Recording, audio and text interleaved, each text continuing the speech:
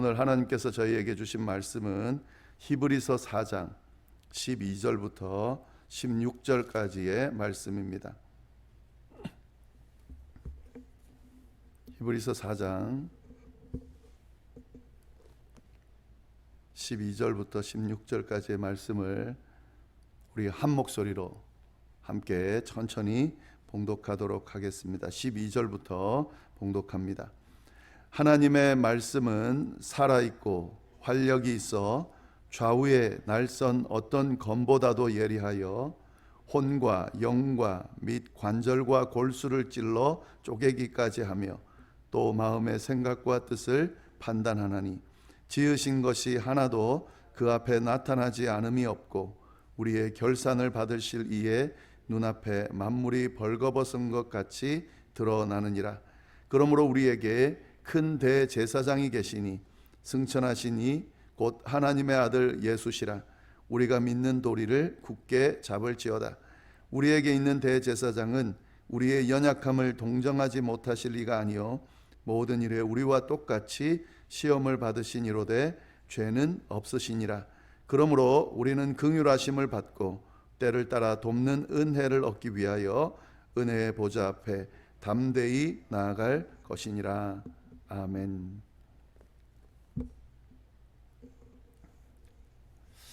네, 오늘 말씀 보면은 저희가 잘 아는 말씀이 나옵니다. 주로 저희가 암송구절로 그렇게 암송하는 그런 말씀인데요. 12절 말씀, 너무 잘 아는 말씀이죠.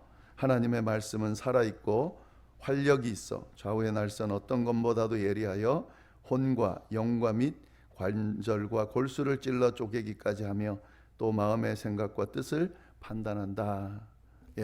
하나님의 말씀이 능력이 있다. 말씀의 능력을 나타내는 그런 구절입니다. 그리고 또 15절 16절도 우리가 여러 번 자주 봤을 내용인데요. 우리에게 있는 대제사장은 우리의 연약함을 동정하지 못하실 리가 아니요 모든 일에 우리와 똑같이 시험을 받으시니로되 죄는 없으시니라. 그러므로 우리는 긍휼하심을 받고 때를 따라 돕는 은혜를 얻기 위하여 은혜의 보좌 앞에 담대히 나아갈 것이니라. 대제사장이신 예수님에 대해서 우리를 위해 중보하시는 예수님에 대해서 그렇게 소개를 하고 있습니다. 사실 이 12절 그리고 15절 16절 이 구절 자체만의 의미도 굉장히 은혜가 되는 그런 말씀입니다. 그런데 여러분 혹시 앞뒤 구조가 어떻게 되고 이 말씀이 어떤 구조 속에서 지금 쓰여졌는지 한번 공부하거나 또 이렇게 생각해 보신 적이 있습니까? 그것도 필요합니다. 각 구절도 한 구절만으로도 의미가 있지만요, 이 구절이 어떤 의미로 지금 쓰여지고 있는지, 앞뒤에 어떤 구조 속에서 이 말씀이 나왔는지를 잘 이해하는 것이 중요하다 보겠습니다. 그래서 오늘은 그 부분을 좀 보도록 하겠습니다. 이 구절 자체의 의미를 분석하기보다는요, 구조 안에서 이 말씀이 어떻게 쓰여졌는지, 어떤 의미를 가지는지 한번 보도록 하겠습니다. 지금 계속해서 반복해서 이야기하고 있지만 히브리서는 믿음이 흔들리는 사람들에게 그 믿음을 잘 붙들라고 격려하면서 지금 쓴 편지의 내용입니다. 근데 이 흔들리는 믿음을 어떻게 붙들라고 지금 말씀하고 있을까요? 지난번에 제가 서론 부분을 이야기할 때 한번 말씀을 드렸는데요. 흔들리는 믿음을 붙드는 방법은 한 가지밖에 없습니다. 진리를 붙드는 겁니다. 핵심 진리를 붙드는 겁니다. 그 핵심 진리가 뭐냐? 바로 예수 그리스도죠. 기독교의 핵심 진리, 믿음의 핵심은 바로 예수 그리스도입니다. 그래서 이 히브리서 저자는 믿음이 흔들리는 사람들에게 예수님에 대해서 아주 자세하게 설명하고 있습니다. 여러 다른 뛰어난 것들과 비교하면서 그 뛰어나다고 생각하는 것들보다 훨씬 뛰어난 분이 계신데 그분이 예수님이다. 예수님의 그 존재를 강조하고 또 강조하고 또 강조하고 있는 거죠. 사실은 우리 믿음의 핵심인 예수님만 잘 붙들면요, 예수님만 잘 이해하면요, 예수님만 잘 공부하면요, 예수님만 잘 열심히 따르면 사실 믿음이 흔들릴 리가 없습니다. 자꾸 거기서 벗어나니까, 다른 것에 현혹되니까, 핵심되는 예수님과 멀어지니까 우리의 믿음도 흔들리고 자꾸 갈팡질팡하지 못하게 되는 거죠. 예. 그래서 지금 이 앞에는 뭘 이야기했냐면 예수님은 천사보다 뛰어난 분이다 라면서 설명을 했습니다. 유대인들은 이 천사를 특별하게 생각했거든요. 심지어는 그를 숭배하기까지, 그 존재를 숭배하기까지 했습니다. 왜냐하면 이 천사가 하나님과 사람 사이에 중보자의 역할을 했거든요. 그래서 굉장히 중요하게 생각했는데 그 유대인들이 중요하게 생각하는 그 천사보다 훨씬 뛰어난 분이 계신데 그분이 바로 예수님이다. 그래서 그 예수님의 존재를 설명을 쭉 한 겁니다. 이건 앞에서 나눈 부분이니까 이 정도만 하겠습니다.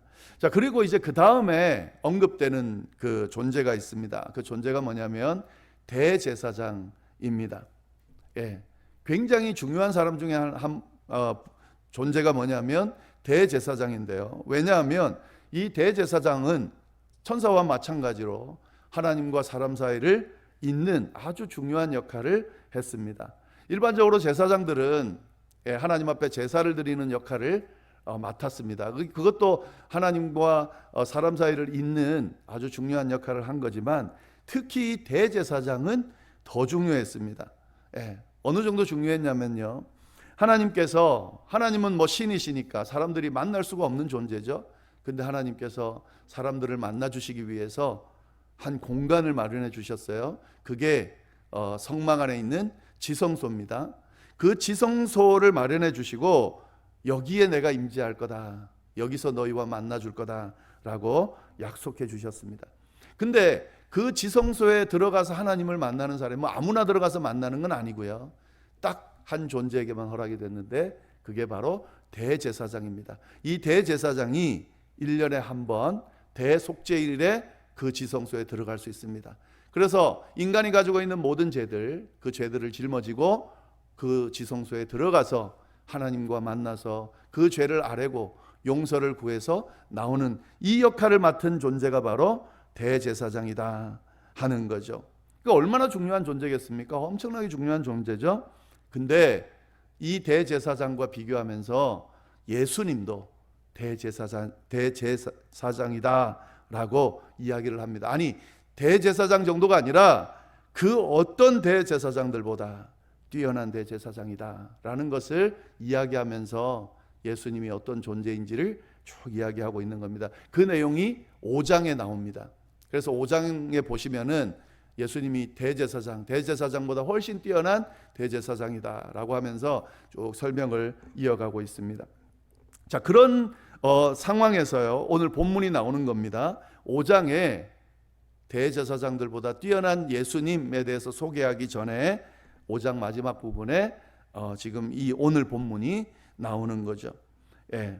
그래서 이 보면은요, 오늘 본문은 이런 구조 속에서 보면 대제사장보다 뛰어난 예수님에 대해서 설명하기 위한 서론 부분이라고 볼 수 있겠습니다.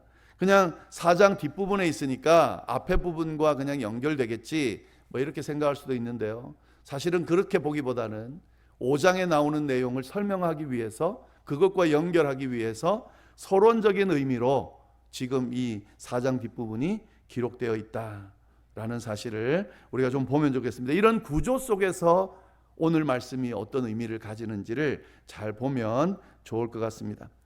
자, 12절 말씀 보시면은요, 다시 한번 읽어보겠습니다. 하나님의 말씀은 살아있고 활력이 있어서 좌우의 날선 어떤 것보다도 예리하여 혼과 영과 및 관절과 골수를 찔러 쪼개기까지 하며 또 마음의 생각과 뜻을 판단한다. 하나님의 말씀이 얼마나 능력이 있는지를 드러내고 있습니다. 하나님의 말씀은 살았다는 거예요. 활력이 있다는 거예요. 단순히 문자로 머무르지 않고 강력한 힘으로 역사한다는 거죠. 여러분, 이 하나님의 말씀이 얼마나 힘이 있는지 혹시 경험해 본 적이 있으십니까? 말씀 자체가 힘이 돼서 사람을 변화시키기도 하고 또 상황을 변화시키는 역사들이 계속 일어나는데 혹시 이걸 경험해 보신 적이 있냐 하는 겁니다. 하나님의 말씀은요, 그냥 단지 공부하고 이런 말씀이구나 머리로 이해하고 끝나는 게 아니에요. 그 말씀 자체가요, 막 살아가지고 우리의 삶을, 우리의 생각을 파고들고 바꾸고 변화시키고 심지어 우리의 상황까지도 변화시키는 그런 능력이 있습니다. 말씀 자체가 하나님의 인격을 드러내는 것이고 하나님 자체를 드러내기 때문에 그 말씀은 그냥 문자가 아니라는 거죠. 이러한 말씀이요, 강력한 힘을 가지고 살아있는데 어느 역할까지 하냐면 좌우의 날이 선 검과 같다는 거죠. 양쪽 날이 잘 서 있는 검과 같다는 거죠. 그리고 이 검은 사람의 혼과 영과 그리고 관절과 골수를 찔러 쪼갤 정도로 날카롭다. 그런 역할을 한다 하는 겁니다. 이 말씀은 뭔가 사람의 혼과 영과 관절과 골수를 찔러 쪼개서 뭐 하겠다는 거죠? 다 드러내겠다는 거죠. 이 말씀은 어떤 의미냐면요, 사람들의 모든 것을 다 드러내는 것이 말씀이라는 거죠. 겉뿐만 아니라 속에 숨겨진 것까지 다 드러내는 것이 말씀이라는 거죠. 하나님의 말씀 앞에 서게 되면 꽁꽁 숨겨놨던, 다른 사람에게는 비밀스럽게 숨겨놨던 그런 자신의 치부들이나 더러움들이, 또 모습들이 적나라하게 드러나게 돼 있습니다. 숨길 수가 없다는 거죠. 말씀을 제대로 깊이 공부하고 묵상해 본 적이 있습니까? 그러면 느낄 거예요. 하나님의 말씀 앞에 내 모습이, 나도 모를 그런 내 모습이 드러나게 되는 경우가 있습니다. 다른 사람에게 들키지 않으려고 꽁꽁 숨겨놨던 모습들이 드러납니다. 그래서 말씀을 제대로 묵상하고 진짜 그런 말씀을 만나게 되면 내 모습이 부끄러워서요, 하나님 앞에 감히 설 수 없게 되고, 심지어는 그 모습 때문에 통곡하며 울게 되는 그런 경우도 일어납니다. 왜냐하면 이 말씀이요, 우리의 모습을 다 환히 드러내기 때문에 그렇습니다. 13절 말씀 보시면 이렇게 되어 있습니다. 지으신 것이 하나도 그 앞에 나타나지 않음이 없고 우리의 결산을 받으실 이의 눈앞에 만물이 벌거벗은 것 같이 드러나느니라. 하나님 앞에, 하나님의 말씀 앞에 숨길 수 있는 존재는 없다는 거죠. 지으신 것은 다 하나님 앞에 온전히 드러나게 된다는 거죠. 그리고 결산 받을 때에, 이 무슨 말입니까? 하나님의 심판대 앞에 섰을 때에 결산을 받는다는 건 그런 의미잖아요. 하나님의 심판대 앞에 섰을 때에 우리가 숨겼던 모든 모습, 모든 했던 일들이 벌거벗은 채 드러나게 될 것이라고 이야기하는 거죠. 지금 이 말씀의 능력이 그런 역할을 할 거라는 거죠. 다 드러낼 거라는 겁니다. 굉장히 두려운 말씀이죠, 여러분. 하나님의 말씀 앞에 다 드러난다. 그리고 결국에 심판대 앞에 섰을 때에 숨겼던 모든 것들이 다 드러난다. 잘 지금 숨긴 것처럼, 잘 넘어간 것처럼 보일지 모르지만 그렇지 않다는 거죠. 다 드러나게 될 겁니다. 결국 하나님께서 판단하실 겁니다. 그래서 늘 우리가 신앙생활할 때, 행동할 때 이 부분을 염두에 두고 신앙생활할 수 있어야 됩니다. 삶을 살 수 있어야 됩니다. 내 주변에 있는 사람들 좀 속였다고, 그래서 모른다고 해서 내 지금 하는 일이, 하고 있는 모습이, 가지고 있는 생각이 괜찮은 것처럼 안일하게 생각하면 안 된다는 거죠. 나도 모르는 사실이기 때문에 괜찮겠거니, 여러분 그렇지 않습니다. 하나님 앞에는 다 드러나게 돼 있습니다. 하나님께서 다 드러난 그 모습을 가지고 하나하나 꼬치꼬치 물으시면서 판단하실 겁니다. 평가하실 겁니다. 심판하실 겁니다, 여러분.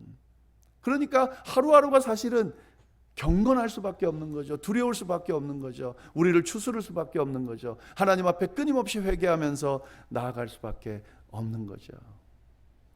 지금 그 말씀을 하고 있는 겁니다. 하나님의 말씀이 살아서 우리에게 은혜를 준다, 이 정도의 말씀이 아니에요. 그 말씀 앞에 서면 다 드러나게 돼 있다.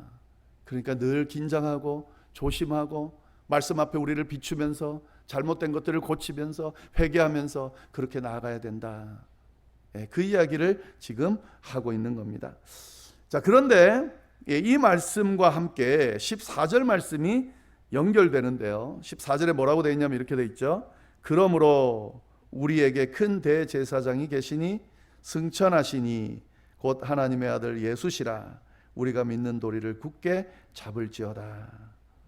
말씀의 능력 앞에서 어떤 사람도 숨길 수 없고 다 드러낼 것이라고 이야기한 후에 그 다음에 예수님께서 대제사장이다라는 주제로 자연스럽게 넘어가고 있습니다. 무슨 의미일까요? 예. 하나님 앞에 섰을 때에 모든 것이 다 드러나지만 믿는 사람들은 걱정할 필요가 없다라는 의미도 이 안에 담겨져 있는 겁니다. 왜요? 우리에게 큰 대제사장이 계시기 때문에 그렇습니다. 대제사장이 무슨 역할을 한다 그랬습니까? 중보자의 역할을 한다 그랬습니다. 하나님과 우리 사이를 잇는 역할, 중보자의 역할. 이 중보자의 역할에는 어떤 게 있냐면요, 데리고 가서 하나님, 여기 당신의 백성이 있습니다. 누가 있습니다. 이 백성을 하나님 앞으로 인도했습니다 하는 그 역할을 말을 하는 거거든요. 예, 이 역할을 하는 대제사장이 계시다는 거죠. 하나님을 믿는 백성들, 하나님의 백성들, 그래서 하나님 앞에 서려고 몸부림치는 백성들, 비록 부족하지만, 나약하지만, 죄로 인해 물들어 있었지만 그 죄를 씻음받고 그 씻음받은 회복된 새 사람이 된 그 모습을 유지하려고 몸부림치는 그 사람들은 예수님께서 하나님 앞에 섰을 때 중보자의 역할을 하면서 우리를 대신해서 말씀해 주신다는 거죠. 우리의 형편과 상황을 이야기해 주실 거라는 거죠. 그러니까 걱정하지 말라는 거죠. 그러니까 하나님 앞에 붙어 있으라는 거죠. 하나님을 붙들고 있으라는 거죠.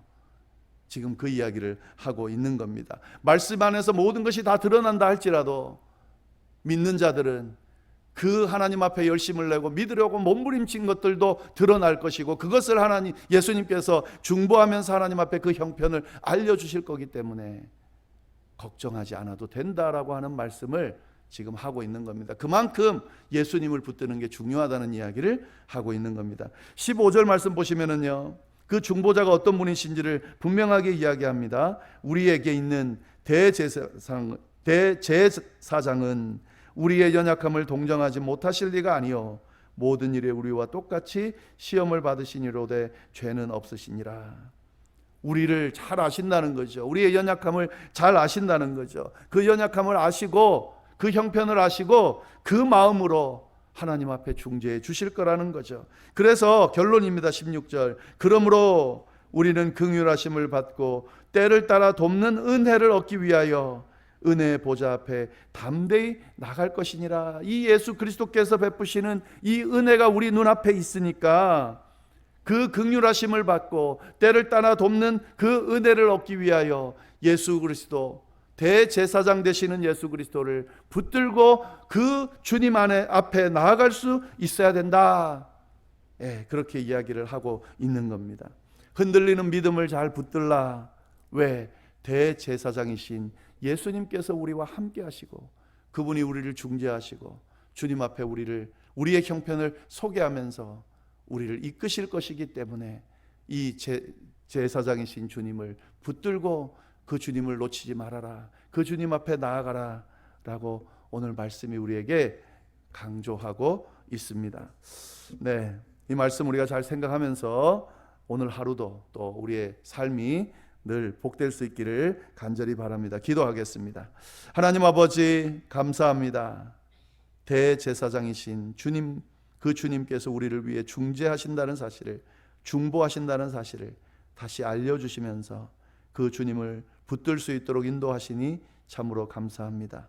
주님 앞에 섰을 때에 우리가 가지고 있는 모든 모습들이 환히 벌거벗은 채로 드러나게 될 텐데, 하나님 아버지, 두려운 마음으로 살아갈 수 있게 하여 주시고, 무엇보다도 하는 우리의 연약함을 아시는 주님, 그래서 우리를 때를 따라 도우시는 주님, 그 주님 붙들고 주님 우리의 모습을 잘 경건함을 유지하면서 주님을 따르는 삶을 살 수 있게 하시고, 그리고 그 주님께서 우리를 중보하시며 하나님 앞으로 인도하신다는 사실을 믿고 그 주님과 동행하며 우리에게 주어진 신앙생활을 잘 해나갈 수 있도록 주여 역사하여 주옵소서.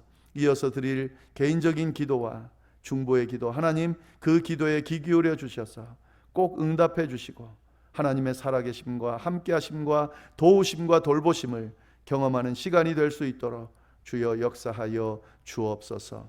감사드리며 이 모든 말씀을 살아계신 예수님의 이름으로 기도드립니다. 아멘.